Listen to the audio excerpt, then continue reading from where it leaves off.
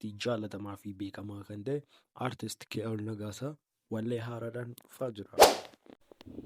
Ashamaan akkam jirtu dhaggeeffattootaa fi daawwattoonni chaanaalii keenya bagara chaanaalii keenyaatti nagaan deebitan saniin jecha har'a immoo odeeffannoo bareedaa fi gaarii kan ta'e baay'ee kan namatti toluu fi hedduu kan nama hawwatullee qabannee dhufnee jirra jechuudha. Egaan daawwattoota keenya amma xumura keenyaatti nu wajjin tura. Warroonni chaanaalii keenyaaf haaraa taatan immoo subscribe gochuun dagatina akkasumas laayikii fi sheerii gochuun nu cina dhaabadhaa siniin jecha gara viidiyootti nu dabarsu. Egaan daawwattoota keenya akkuma beekamu har'a immoo odeeffannoo haaraa qabannee dhufne kun artistii waa'ee artistii Keol Negasa irratti kan ta'udha jechuudha. Egaan daawwattoota keenya akkuma beekamu artist Keol Negasa hundi keessan iyyuu beektu. Artist Keol Negasa wallee garaagaraa fi wallee onnee nama caccabsan fi wallee jaalala baay'eedha illee kan beekamudha jechuudha. Akkuma beekamu wallee dhiyeenya kana immoo mata dureen isaa Jamaree jedhuun uummata bukkeetti jaalatamummaa hedduu fi beekamtii baay'ee argateera jechuudha. Erga sanaa booddee immoo artistiin keenya kun edaa kan jedhuu fi ammaa kan jedhu wallee lama wal taansaa gadhiisee uummata bukkeetti jaalatamummaa hedduu argateera jechuudha. Akkasumas wallee sana irratti kan inni caqasne walleen suni yeedaloo fi walaloo hedduu bareedaa kan qabuu fi akkasumas dabalatee jechuudha. Viidiyoon akkaataatti waraabamee aadaan isaaniitti waraabanillee baay'ee kan nama hawwatudha. Akkuma beekamu hojii bareedaa hojjechuudhaan beekamaa artist Keol Negasa.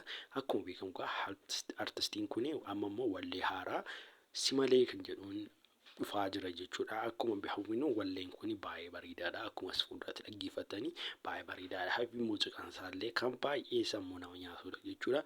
Egaan artistoota keenya akkamittiin simanna siniin jecha warroonni akka inni dhufu barbaadan koomentii jalatti lakkoofsa 5 barreessan siniin jedha.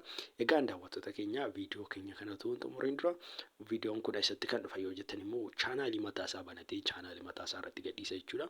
Chaanaalii mataasaa immoo liinkii description box jalaa sin geenya attanii daawwachuu dandeessu jechuudha. Egaan daawwattoota keenya otoo viidiyoo keenya kanan xumureen dura waa tokko jechuu barbaada. Innis akkasii documentary moo seenaa akkasii dhufuu barbaaddu kanaan dura yoo argitanii ta'e YouTube chaanaalii kana jalatti seenaa yookaan documentary xiqqoo tokkoon dhufnee turre jechuudha.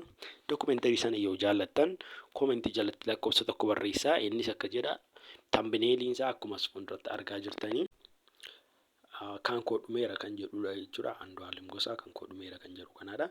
Egaan daawwattoota keenya erga yoo dhaxxagaa daawwadhaa yoo isinitti tole viidiyoo akkasii akkan irra qabadhee isinii dhufuu fi kan akkasii babbareedaallee babbareechee waan sirreessuu qabullee natti hima. Viidiyoo akkasiidhaan akkan isinii dhufu yoo barbaadan hundumtu keessanuu subscribe gochuun dagatinaa isiniin jecha odeeffannoo waa'ee artistoota keenya irraa asirratti qabadhee isinii dhufa jechuudha.